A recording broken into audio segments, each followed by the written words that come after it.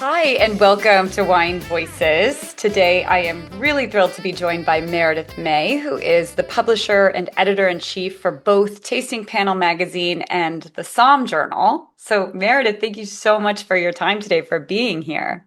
Oh, I'm so glad we can finally meet over Zoom and do this.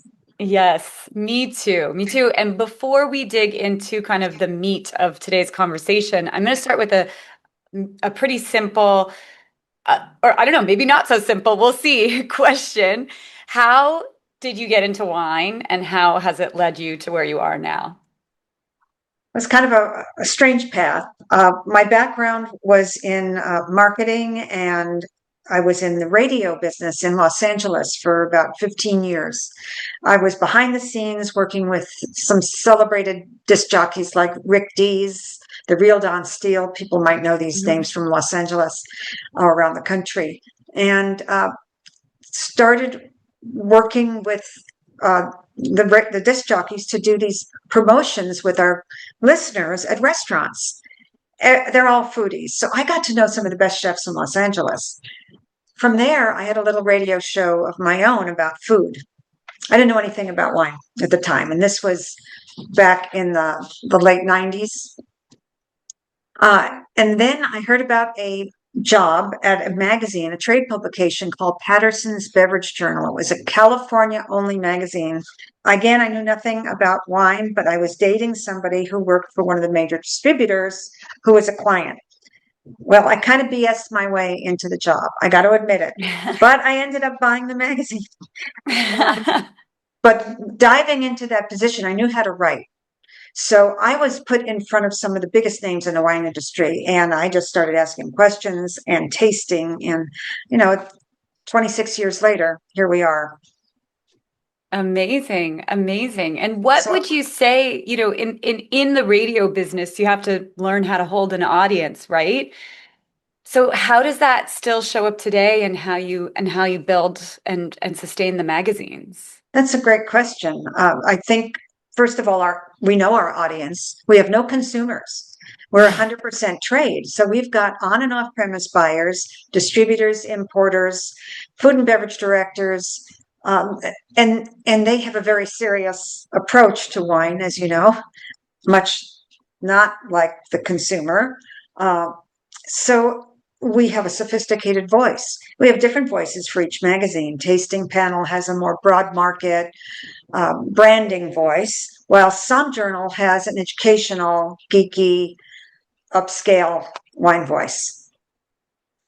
Interesting. Yeah, and so absolutely no consumers, all trade is so Yeah, interesting. yeah, might have some subscribers, that have to pay for it, but no, we Yeah. are geared, and really don't have a lot of competition as far as the breadth and depth of our distribution around the country of our pretty magazines, as far as Yeah. how many print issues. And this is a kind of maybe a sidebar question, but what are you seeing in terms of the change around, physical hard copy reading versus digital reading? You're still printing your publications. Yeah, 55,000 copies of either magazine free to the trade every month. Um, our subscriptions keep growing, and subscribers in the hospitality industry have to either send an email or fill out a form online or get recommended by somebody in the business to get a free subscription. And sometimes we'll look at people who sign up from a restaurant, a somm or wine director, uh, and we'll Google them to see how old they are, what they look like. And they're kids, they're young. I mean, to me, they're over 21, but they're this young group of somms and wine directors are very interested in reading our magazine and subscribing, because we're kind of kind of an authority voice. But we also feature some of the best wine writers in the world. I know I love many of your writers like Deborah Parker Wong and Chris Sawyer, and you do have such a great uh, arsenal of Yeah, Karen such wonderful McNeil. journalism. Yes, of course, the Yeah, one and only. yeah, and I think so for us, print is growing. We're B2B. It's a niche audience, and they're our voice and vice versa. So we're the voice for the industry, and the SOMMs, we love to feature them in the magazine as telling their story, their side of the story. And with the Yeah. brands, and the reason the magazines are growing and we're no lack of advertising or sponsorships is because I think the brands who want to be in front of the trade, who know how important that is, it's survival of the fittest. Well, I want to give you real props because that seems in this day, in this digital age, like such a feat to be growing in print publications so much. So that's a real testament to, I think, the way that you've developed the brands. And I think that you also maybe, just ran over a little too quickly how amazing what you did was. So correct me if I'm wrong. You founded Tasting Panel, and then you Yes. saved Sommelier Journal from folding and relaunched it. Right, So right. Okay, so I started Tasting Panel in 2007. And when I heard about the underground magazine, that cult magazine called the Sommelier Journal, I definitely wanted to bring it back to life. But I thought, well, how am I going to do it?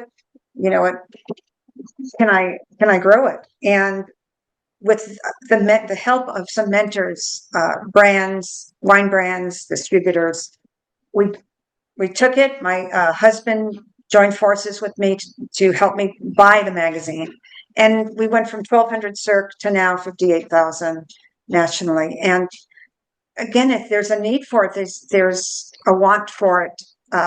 Yes, people can look online and read about whatever they want to read about. That's AI, but we really I don't know, our storytelling, our photos, there's something different about what we're doing. And I'm so glad it's been around since 2013, the Somme Journal. yeah, so that's very, I mean, so now you have these two, and explain if, I mean, this will be a largely trade audience, so maybe most everyone knows, but what is the main difference between the two? Well, I explained it earlier. Tasting panels, very broad market. So we're Yeah. talking about the supermarket buyers because it scores. Tasting panel we have four high profile wine reviewers, and we're probably going to have to add some more because we're getting more and more requests because these supermarkets are using our scores. Total Wine, Gelson's in Southern California, Mhm. um, a lot of the big markets, Costco. So that's kind of more of a branding voice, the who's who in the industry, the distributor voice, the more chain restaurants maybe. Where Somm Journal is your education. We call it edutainment because we put on a lot Mhm. of events for Somm Journal too, Somm camps and blind tastings and seminars. So that's kind of the geeky voice for that more upscale Yeah. wine shop or restaurant. Yeah. Thank you for breaking that down a little bit more. So, given that, what would you say? So, lots of brands probably come to you pitching ideas and wanting whatever whatnot in the magazine itself. What does a great pitch for one of your magazines look like? Oh man, that's a sensitive topic. We are very content heavy, so we don't take a lot of pitches. So let me tell you the worst pitches. Okay, Okay, that's easy. fair. The worst pitches are, hi, I'm going on a press trip and I want to write about this region, and they'll explain why. Well, you're going on a press trip with five other writers who are going to be writing about, so delete. Or, hi, I just tasted with so and so winemaker in Santa Rita Hills, and I'd like to write about that wine. No, just no. Now, the good pitches are, hey, I just tasted 25 Cab Francs from four different regions, and I'd like to do kind of a roundup on like the different stuff. That's interesting, right? Or, of course, I love stories about wine directors. I love the roundups where people say, "Hey, I'm a writer in Charleston, and there's some really great up and coming wine directors here. Would you like me to interview all of them?" Yes. So there's some things that really kind of tickle us, and some that just turn Yeah. us off. Yeah, I love that idea of really giving more of a spotlight to those secondary markets. I don't even know that secondary market is a fair phrase anymore. I mean, they are really growing in Yeah. relevance so much in Hmm. places like Charleston or like, you know, Boise, Idaho, and smaller Absolutely. cities that we may not have thought of as wine centers before are really becoming that. That's true. And that's only going to help this industry. Yeah, yeah. Well, you get to be, speaking of wine directors, you get to be around some of the best in the country, wine directors and sommeliers. So, you're with constantly the people whose job is to make a stranger feel at ease with wine. So, what would you say is the best piece of hospitality wisdom you've picked up from them that, would work just as well, even at a home dinner table? Oh boy. Well, education and training, I think, is really important. And no, you don't want this some to necessarily or go to the table and say, "Oh, this has been aged in 25% new oak, and it's got it's been on the lees." Bleh. I don't think the customer needs that, but the fact that the wine person knows it in their head and they understand the flavor profile, and I think even at home when you're with friends. Again, I can't have that consumer voice in my head. I always have to think Mhm. restaurant, retail. Uh, Sell the wine. My pet peeve is I go into a restaurant and I can't find a wine director or somm, and I just have a few questions or I want to introduce myself. Uh, oh no, he or she is, they're off today or they're in the back room working. Train your staff if you're not going to be working the floor. Mhm. So they sell the wine. Don't take it. Don't just be an order taker. And I know that's just sounds like cliche or whatever, but we need to we need to expand the wine knowledge so customers do get outside of that Chardonnay cab, Mhm. circle in their head, this tape that just keeps going that they can't try anything else. Oh, I don't like Merlot, or I don't like this.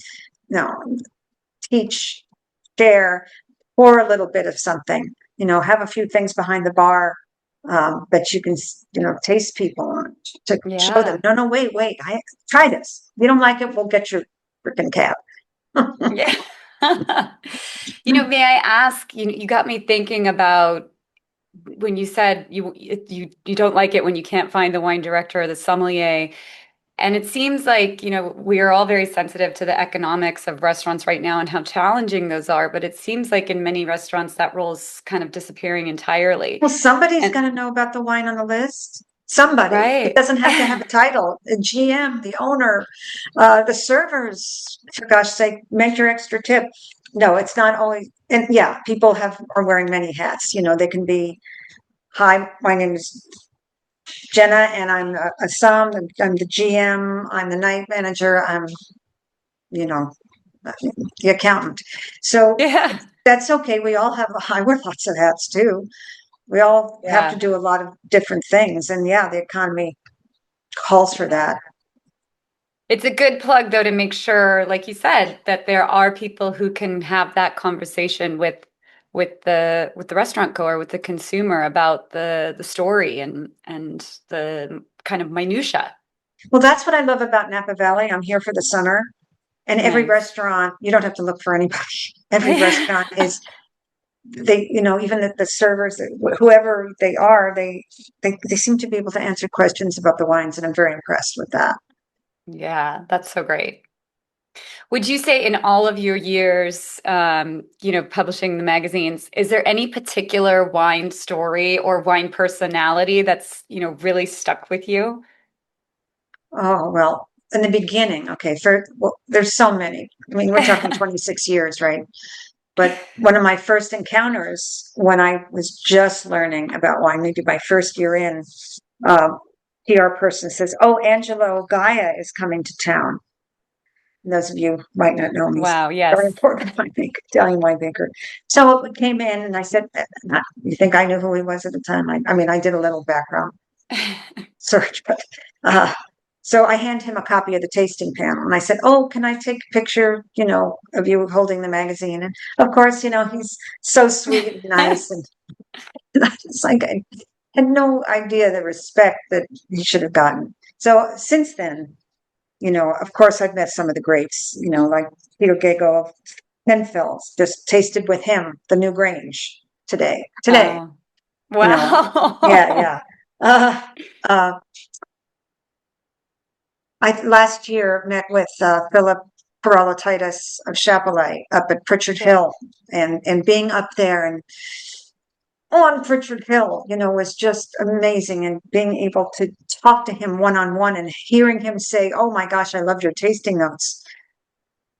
That, I think that compliment I would have liked better than someone saying, "Oh, you're the prettiest girl I've ever seen."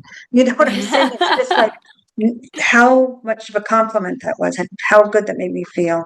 Um, Again, that's all about me.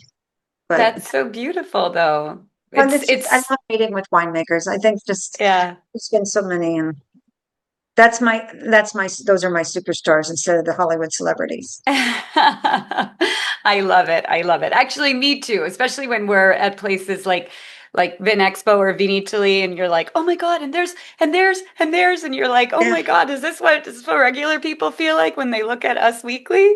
Right. They go shopping too. They're just like us. Um, well, we are here. We produce this series, in support of Come Over October. And our whole premise is that wine's superpower is its ability to bring people together. And so I have to thank you because you have been one of our biggest media supporters from the get-go. And really, a lot of the momentum we've been able to build and the support we've been able to garner is thanks to what the support you've given us. So really, from all of us, thank you so much for that. Well, you're so welcome. And it gives back to us getting to know some of the people we are interviewing and having them in the magazine where they might not have been for one reason or another. So it's Yeah. it's it's mutually beneficial. Good. I'm very happy to hear that. But what would you say it is kind of about our message and our campaign values that makes you want to keep, showing up for them year after year as you have been? It's a little bit of a kick in the pants for people who may be a little bit jaded in the industry, who've been doing it for so long and kind of in their little bubble, to get out of their bubble and think about the message of sharing and pairing and getting the word out and making sure people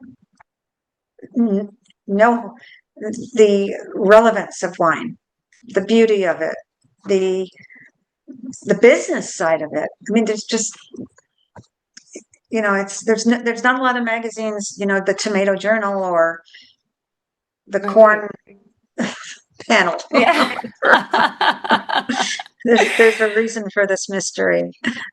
Absolutely. And I think to your point, there's absolutely other kind of multifaceted industries in the country, but uh, specifically wine like has so many tiers of business that need to all work together that might not understand each other that well. Like farmers might not understand the regulatory landscape, Oh, and salespeople might not understand, regenerative organic farming, at the degree that others might. And so this, I think, this support that you have to bring this unification forward, really, like you said, it benefits everyone because we get to learn from each other, and rising tide lifts all ships.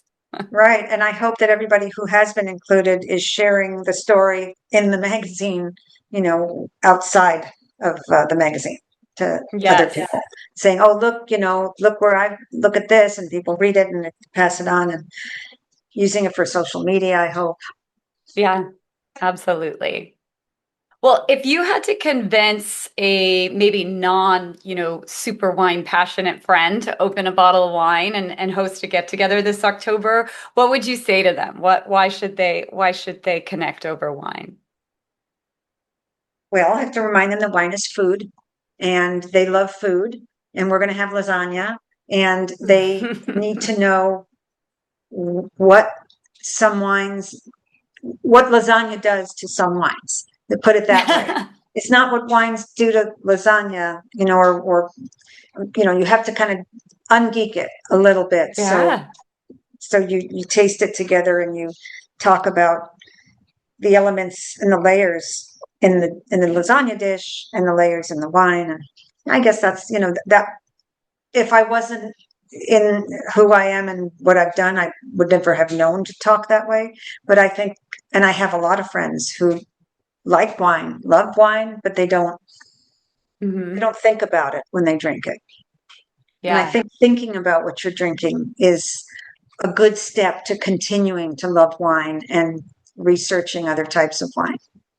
Yeah. And I think that invitation to be so focused on something together is something so it keeps us off of our phones, right? Like it's so unfortunately easy to be sitting at the table and be like, "Oh, I'm going to check this email really quickly," because you're not fully engaged. But when you have something like what you're talking about in front of you, this kind of five sense engagement, it's so easy to stay connected to that person that's in front of you too. Right. And there's other excuses beside just meals, even though you should always have some kind of nummies around with wine. But, wine and book club, Mm-hmm. you know, Yeah. um, so that you're reading a book that takes place in Spain, then maybe you bring some Spanish wines over, I don't know. I'm kind of going off course a little bit, but I just think if I had to come up with these ideas, these theme ideas with friends, and if I was challenged and paid money and say, okay, get those people drinking.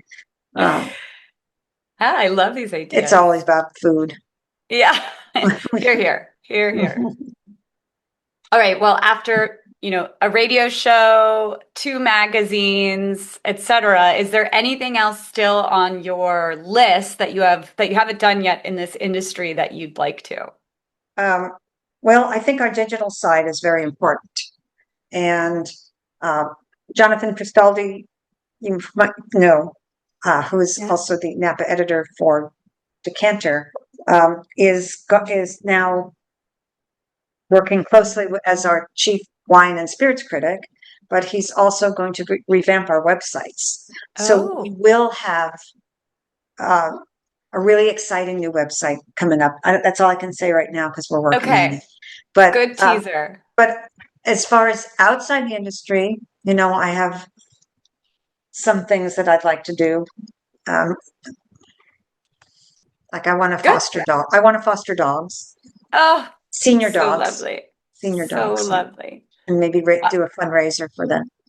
I love it. I love it. I'll Tie give it you a in, quick tie it in with side. events. Yeah. Yeah. I'll give you a quick side note that my husband and I adopted maybe 4 years ago now a senior dog. And we actually were on a walk just yesterday and we were like, this is the best decision we've ever made. It's like What kind of dog? a miniature Doberman Pinscher, Oh wow! But is that a min pin? a min pin. A Yeah. min pin. Oh wow! I have a cattle dog. Oh, He's yeah. 12 years old now. But yeah, we always start at least at age 6 or 7, Yeah.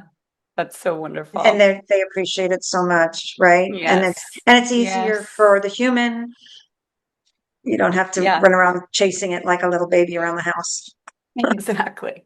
All right. I have two kind of just for fun questions for Oh, I you. like that. Okay, I'm ready for it. And actually, the first one is like part A and B, but what's the most memorable wine you've ever drank, and where were you, and who were you with? Oh no. At least the one you can think of today. Memorable today. Well, today was the Grange again. Hello. But we also tasted the Penfolds Napa Valley, Oakville. Oh, wonderful. Yes. And we tasted 4 wines that Penfolds is making in California. One of them has some Very. Paso fruit, and then 2 of them had Napa fruit, and then the Oakville specific. And then we tasted through all the other new releases. I think, you know what, I think that I might be under embargo, but well, the scores, I'm not going to tell you my scores. Yes. But, I'm just getting, I think I've kind of talked about some of my favorite meetings, but there's been so many, and I fill 120 pages an issue every month. I mean, Yeah. I don't write it all. I just have a few things that I write. I've got 26 years of diaries of I have a column called the SOMM Jury, Joury. Yeah. That features the best wines I've tasted that season or month.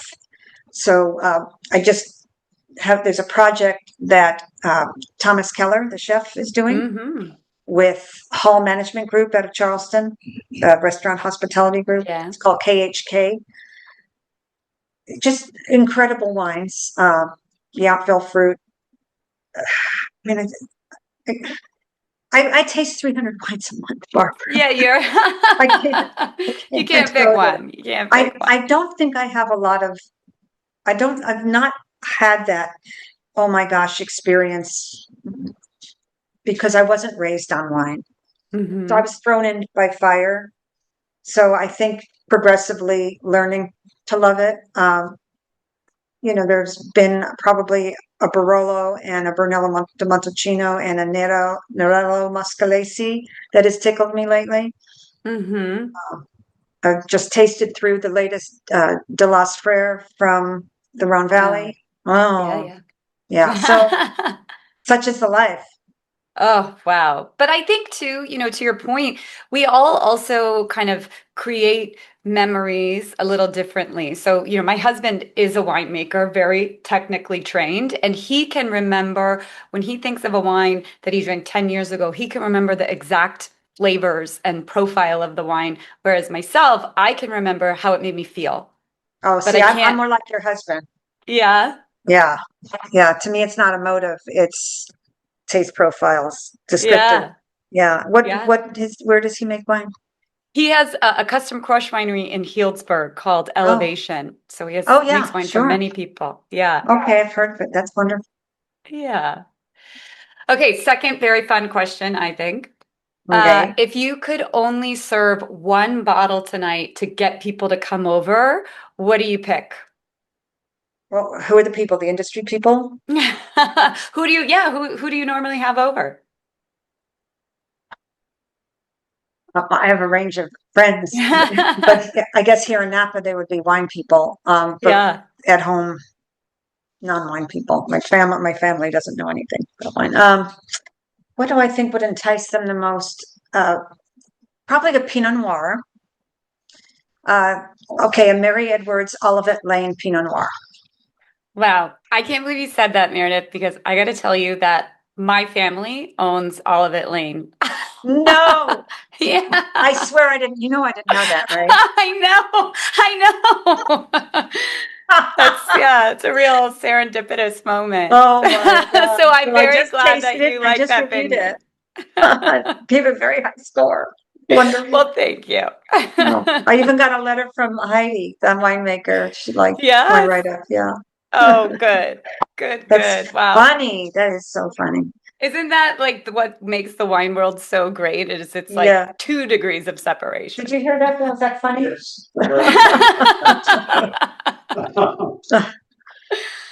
Well, Meredith, I want to thank you again so much for your time and again all of your support of Come Over October. Well, It's been let's work on some projects for next year.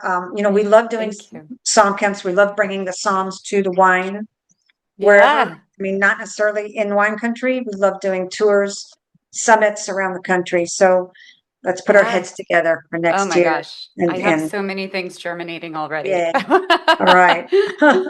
Well, thank you again for your time. And yeah, Okay, I'll look forward to chatting soon. wonderful. Thanks. Take care. Bye. You too. Bye. Bye.